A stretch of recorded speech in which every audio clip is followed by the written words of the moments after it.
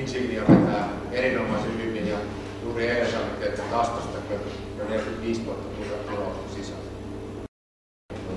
Palautetta on tullut tosiaan hyvin myönteisesti siitä ulkonäöstä ja itsekin tietenkin auton ovea kehtaa avata myöskin liiketilassa tai showroomissa. Eli se on se toinen muotoiluun liittyvä asia, joka on ja hyvin paljon on käytetty kuitenkin tummia väriä, jos sinne autoon hyppää sisään, ja jos on varsinkin, mä itse tein sellaisen vertailun, mä katsoin sitä vapaasti hengittävä 1.4, vapaasti hengittävä perinteinen 1.6. Sitten tää on se 1.4 turbo, mistä mä puhuin äsken. Se menee tuotantoon tuossa tammikuun loppupuolella. Ruvetaan saamaan niitä autoja tänne. Se on heti tammikuusta saatavilla. Sitten yksi 7 diesel 110-heppanen, sekin on nyt jo, niin kuin kuulette täällä. 125-heppanen 1.7 tulee myöhemmässä vaiheessa keväämällä, laajennetaan pikkaisesta. Sitten mä kerroin, että tehdas on panostanut tähän perustekniikkaan, halutaan siihen päästä kiinni, eli just tämä moottoripuoli. Sitten toinen asia, mitä Opelhan on perinteisesti halunnut tuoda tähän koko luokkaan, on uutta teknologiaa. No okei, tämmönenhän on sitten normaalikuljettajalle tietenkin se juttu, minkä takia tämä on fiksua käyttää tätä järjestelmää on se, että jos mä aloitan maantien ajossa ja haluan mukavan ajon mutta sen varmaan tiedätte, että kun meillä on ollut vertailua muihin autoihin Astrassa, niin pikkasen ajettavuudessa on ollut aina huomauttamista, koska ollaan käytetty kiinteitä taka-akselia siinä.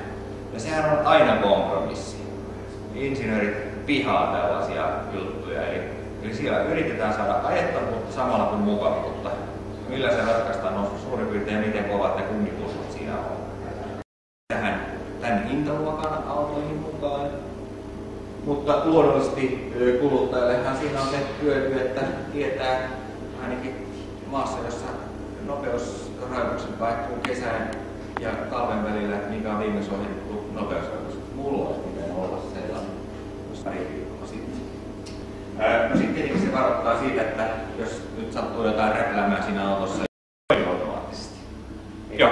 Niin toi on varmaan pistämätön tuossa hintaan, tai tuossa koko luokassa, kun eräällä on saunatuikku valottu korealaisille valonpesureitakaan ja tuossa luokassa, niin toi on varmaan yksi tärkeimpiä. Kyllä, ja sitten se, että kun mietitään vielä sitä, että tässähän nyt puhutaan kuitenkin autosta, joka ei välttämättä ole pelkästään maantiellä, niin se toinen juttu on se, että tämä kaukovalohommahan on niin ilmeinen. Mutta sitten toinen on se, minkä mä oon myöskin huomannut, että kun sä liikut esimerkiksi ajatetaan Mekeliinkatua tai Manskua näin, niin kaupungissa, niin sulla, kun tää valokeila, niin kun, mitä hitaammin sä ajat, sen lähemmin se ottaa sen, niin esimerkiksi kun sä tuut sinne ja liuut näin, siellä on suojatie, niin sä näet mitä porukkaa siinä vieressä seisoo.